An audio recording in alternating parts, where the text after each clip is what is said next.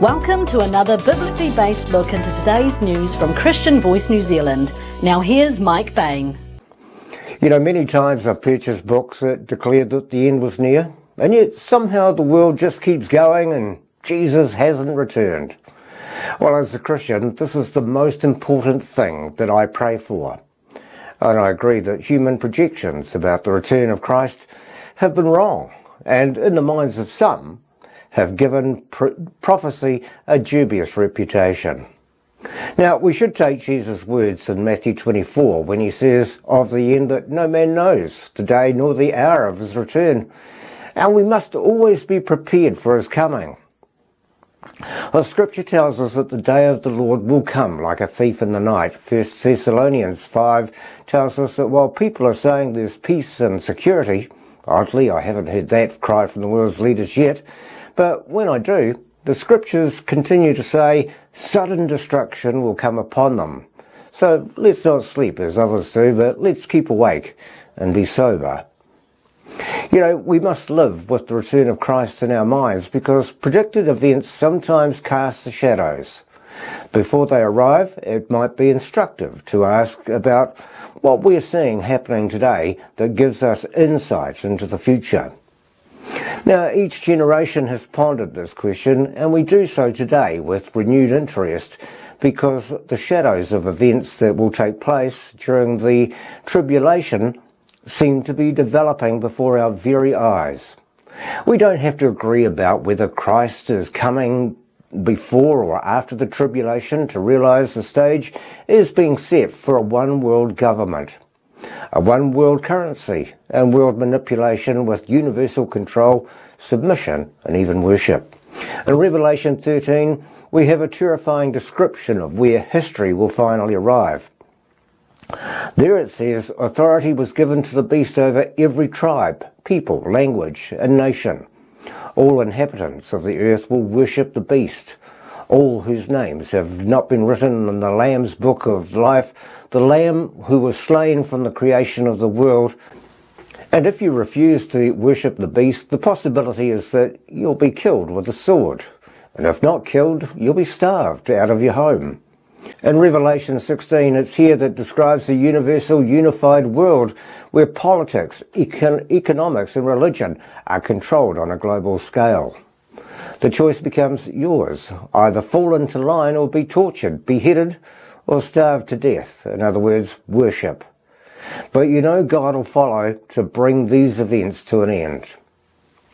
Now, some events might turn out differently than we've described, but we need to make a modest attempt to observe what is happening to today, knowing that we might just be given a peek behind the curtain. God will do as he wishes, but before our eyes, the pieces of the puzzle seem to be coming together.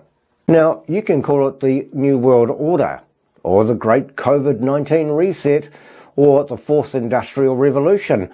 But what we're talking about is a world controlled from the top down with a single government, a unified banking system, artificial intelligence, and one global ruler.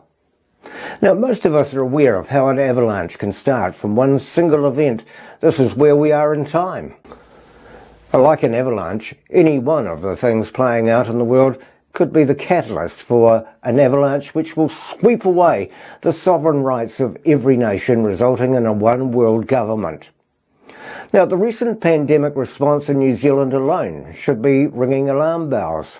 Think back to the night our Prime Minister announced on national television that as of midnight, the country and its borders were going to be locked down. Then look at the powers this government used, refusing border entry of its citizens. Those who did make it were kept under guard by both police and the military. Intercity travel was met with checkpoints.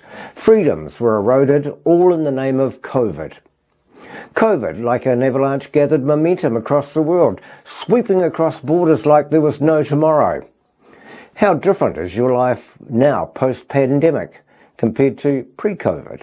So much has changed. Sad thing is, the world will never be the same as the world faces more variant strains. COVID-19 has become the pretext for world globalization and an economic reset. As new variants are emerging, We see differing announcements rationalising for resetting the economic, the geopolitical, environmental and racial equilibrium of the world. World Economic Forum Chairman Klaus Schwab, who's the architect of the Fourth Industrial Revolution, or the Great Reset, in his book called COVID-19, The Great Reset, said, quote, "Since it made its entry onto the world stage, COVID-19 has dramatically torn up the script on how to govern countries, how to live with one another, and how we contribute to a global economy," end quote.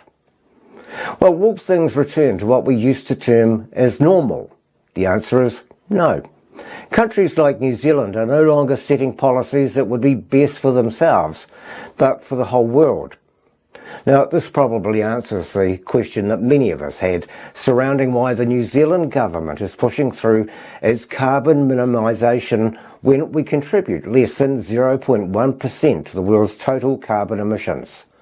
While Schwab and his students see this as an opportune time to push the world into a great reset.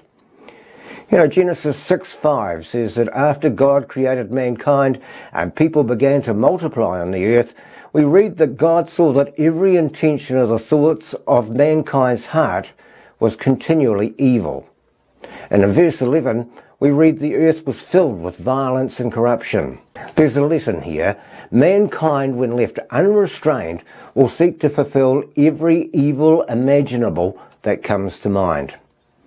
No matter how noble the cause, no matter how technology and medicine have improved our lives, good things will eventually be misused for evil purposes. In sinful humanity, the desire for power, positions and pleasures will always have a morally downward trajectory. Now, the result during Noah's time, God sent the judgment of a worldwide flood and drowned the entire evil population, except for Noah and his family, whom he found to be righteous. With that in mind, let's fast forward to Jesus' warning in Matthew 24:37-39.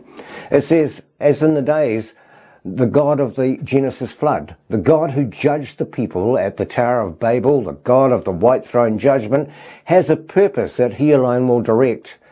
Thankfully, he sent Jesus to save and deliver us from the wrath to come. Whoever believes in him is not condemned, but whoever does not believe is condemned already, because he is not believed in the name of the Son of God." Yes, there will be believers during the time of the tribulation. Over the next few podcasts, I intend to delve into why the role of this World Economic Forum's plans can be seen as the catalyst for the formation of a one world government. This will include subjects such as the borders, money, surveillance, and how they all come together in the jigsaw of the Antichrist. To finish off, we all agree there's so much happening in today's world. We're on the precipice of an avalanche. You could say that the snow above us is unstable and ready to tumble. You can see it. It's only a matter of time before the first drift moves. You know, if you were on a ski field and conditions like this existed, you would act. Today, act. Don't leave it until tomorrow. Examine your hearts. Accept you've conformed to this world. Accept you've sinned. Fall to your knees and ask God for his forgiveness and accept Jesus into your lives today. Thank you for watching. Help us to spread this message by sharing it with your own network. If you want to see more messages like this one, simply hit the subscribe button. For more information about our work, or if you're moved to donate, jump online to our website, christianvoicenewzealand.com.